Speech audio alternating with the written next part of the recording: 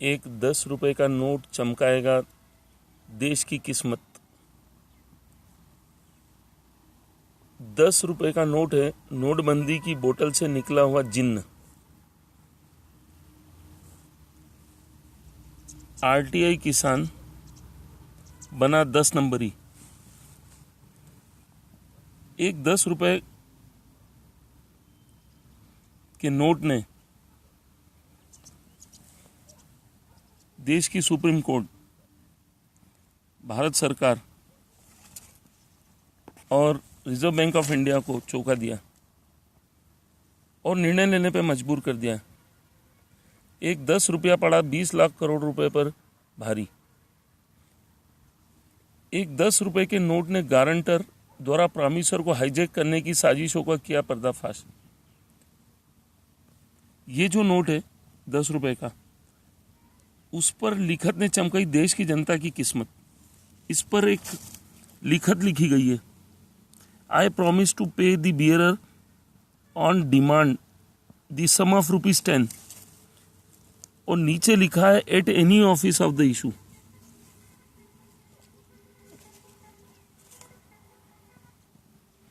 तो ये प्रॉमिसर जो है वही नोटों को बदलेगा। केंद्र सरकार को अधिकार नहीं है। केंद्र सरकार को मात्र 1 रुपए के नोट पर अधिकार है। यहाँ पर 2 रुपए के नोट पर भी केंद्र सरकार ने यही लिखा है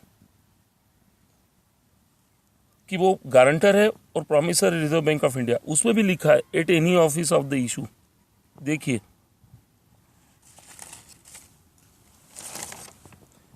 ये जो 10 रुपए का नोट है पुराना, इस पर जो लिखत है उसने देश की जनता की किस्मत को चमका दिया है और केंद्र सरकार तथा आरबीआई की दिक्कत को बढ़ा दिया। एक 10 रुपए के नोट पर लिखत ने प्रधानमंत्री, वित्त मंत्री और आरबीआई गवर्नर को 20 लाख रुपए करोड़ के नए नोट छापने पर कर दिया है मजबूर। क्या देश की सुप्रीम कोर्ट कोई दिशा निर्देश पारित करेगी कि जितने नोट उन्होंने, रिजर्व बैंक ने 500 और 1000 रुपए के छापे थे, उतने ही जो चलन से बंद हो गए, छापे गए नोट ही बंद हुए, तो क्या उतने ही नोट, नए नोट छापे जाएंगे?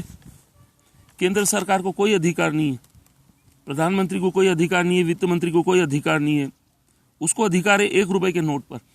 1 रुपए से अधिक के नोट पर जितने भी जो प्रॉमिस किया गया है, उस प्रॉमिस का वचन जो है उसको रिजर्व बैंक ऑफ इंडिया को ही निभाना है।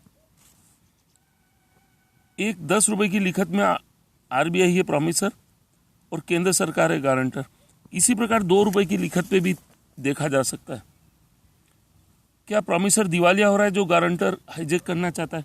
केंद्र सरकार क्यों बार बार आरबीआई के अधिकारों को अनाधिकृत रूप से अपने